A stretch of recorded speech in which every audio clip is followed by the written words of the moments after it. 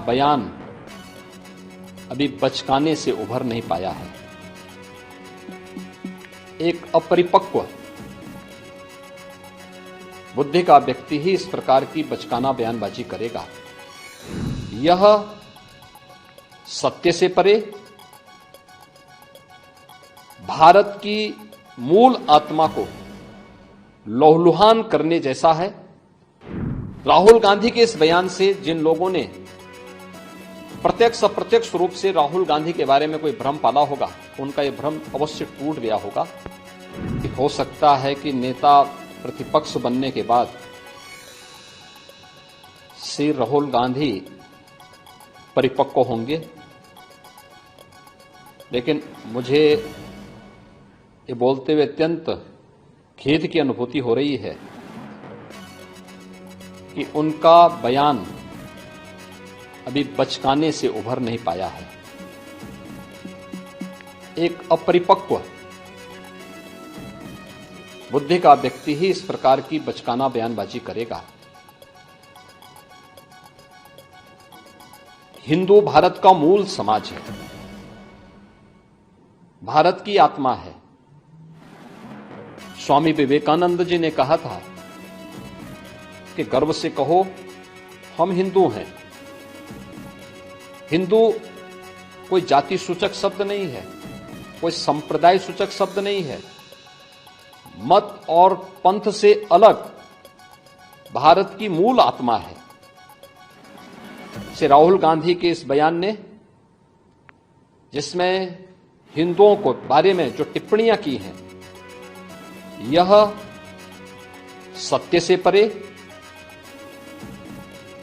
भारत की मूल आत्मा को लहूलुहान करने जैसा है। भारत माता के लहूलुहान करने के इस प्रकार के दुर्भाग्यपूर्ण बयान के लिए श्री राहुल गांधी को देश की जनता से माफी मांगनी चाहिए। राहुल गांधी के इस बयान से जिन लोगों ने प्रत्यक्ष अप्रत्यक्ष रूप से राहुल गांधी के बारे में कोई भ्रम पाला होगा, उनका यह भ्रम अवश्य टूट गया होगा। मैं श्री राहुल गांधी के इस प्रकार के वक्तव्य की निंदा करता हूं और कांग्रेस पार्टी से कहता हूं कि वह श्री राहुल गांधी से भारत की जनता से माफी मांगने के लिए कहें।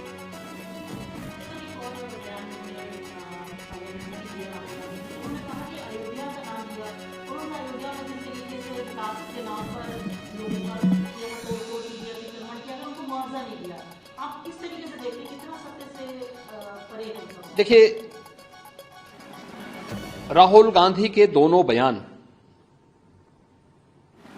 इस बात के प्रमाण है कि इनको सत्य से कोई वास्ता नहीं है। हमने लोकसभा चुनाव कैंपेन के दौरान भी देखा है, अनर्गल प्रलाप करके इन्होंने जिस प्रकार की गुमराह करने वाले वक्तव्य दिए थे, झूठे वक्तव्य दिए थे। संविधान का गला घोंटने वाले लोग संविधान के बारे में गुमराह करने वाले वक्तव्य देने के लिए विदेशी पैसे के बल पर चुनाव को प्रभावित करने का इन्होंने प्रयास किया। 1 लाख रुपए के फर्जी बॉन्ड भरवा करके भारत की माताओं को, बहनों को इन्होंने गुमराह करने का कार्य किया। और आज जो बयान फिर से राहुल गांधी ने दिए हैं, वे अत्यंत निंदनीय है और शर्मनाक भी। अयोध्या को उसकी पहचान से वंचित किसने किया था? क्या सच नहीं कि इंडी गठबंधन से जुड़े हुए लोग इसके लिए जिम्मेदार हैं? श्री राहुल गांधी और उनके सहयोगी इस बात के लिए जिम्मेदार हैं, जिन्होंने न केवल अयोध्या को वनवास दिया था, बल्कि सरयू मैया के रक्त के जल को भी रक्त रंजित करने का कार्य किया था। कौन नहीं जानता है कि अयोध्या को उसकी पहचान से वंचित करने का कार्य आजादी के बाद से ही लगातार कांग्रेस करती रही। रामलला के मंदिर पर ताला लटकाने का काम किया था, हिंदुओं को पूजा करने से वंचित करने का काम कांग्रेस ने किया था। और आज जब अयोध्या अपने वैभव की पुनर्स्थापना के लिए फिर से पूरी दुनिया को अपनी ओर आकर्षित कर रही है, तो कांग्रेस कैसे इसको अच्छा मान सकती है? श्री राहुल गांधी का बयान झूठ का एक पुलंदा है। सच्चाई ये है, अयोध्या के अंदर 1733 करोड़ रुपए केवल मुआवजे के रूप में अयोध्या वासियों को प्रदेश सरकार ने उपलब्ध करवाए हैं।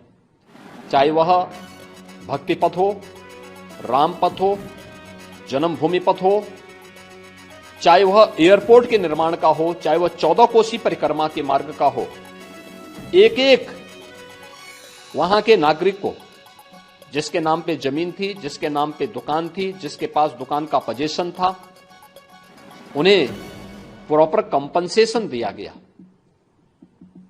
प्रॉपर कंपनसेशन देने के साथ ही जो दुकानें थी, जो अपने पीछे दुकान बना सकते थे, उनके लिए उस प्रकार की एफआईआर में छूट दी गई।